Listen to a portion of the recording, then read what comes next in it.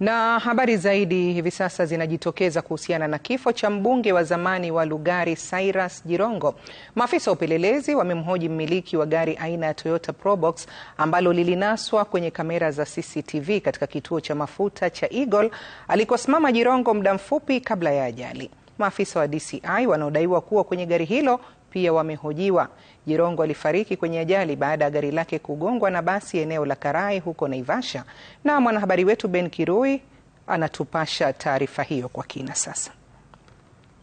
Maafisa wa upelelezi wanaochunguza ajali ya barabarani iliyosababisha kifo cha mwanasiasa na mwanabiashara Cyrus Jirongo walisafiri hadi eneo la Keringet huko Kuresoi South Nakuru kufanya upekuzi zaidi. Kwenye kitovu cha uchunguzi huo ni gari aina ya Toyota Probox lenye nambari ya usajili KDJ 564E lililonaswa na kamera za CCTV katika kituo cha mafuta cha Eagle eneo la Karai. Muda mfupi baada ya marehemu Jirongo kuingia na kutoka katika kituo hicho, polisi wanasema taarifa kutoka kwa watu wanaohusishwa na gari hilo zinaonyesha kuwa gari hilo limesajiliwa kwa jina la William Mutai, mwakilishi wa wadi ya Keringet na kiongozi wa wengi katika bunge la kaunti ya Nakuru. Kwa mujibu wa wachunguzi, gari hilo lilikodishwa tarehe 11 Disemba kwake Dennis Kipyegon Koech aliyekuwa akielekea katika uwanja wa ndege wa Jomo Kenyatta kumpokea mwanawe aliyekuwa akirejea kutoka Marekani. Familia hiyo iliondoka eneo la Keringet tarehe 12 Disemba na kufika JKIA saa 11 jioni.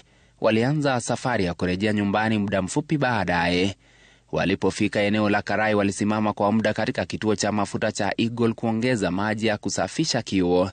Ni hapo ambapo wanadai walimuona marehemu Jirongo akitoka katika kituo hicho na kuelekea upande wa Nairobi. Na dakika chache baadaye wanasema walisikia kishindo ajali ilipotokea. Familia hiyo inasema ilisimama kwa muda mfupi karibu na eneo la ajali baada ya kuombwa na mlinzi wa kituo cha mafuta kusaidia kumulika eneo la ajali kwa taa za gari lao. Wanasema kuwa hawakutoka ndani ya gari lao wakati wote huo. Baadaye waliondoka eneo la tukio huku magari mengine yakianza kufika na msongamano wa magari kuanza kujitokeza na kuwasili nyumbani kwao saa 12 asubuhi, ambapo baadaye walifahamu kuwa aliyefariki katika ajali hiyo alikuwa Cyrus Jirongo. Some people were talking about a mysterious car. Which mysterious car we were able to account for it.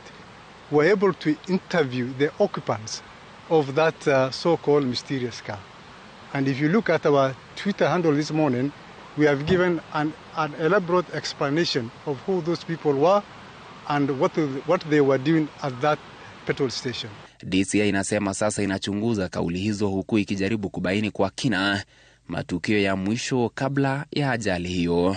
Ben Kirui, runinga ya Citizen, Nairobi.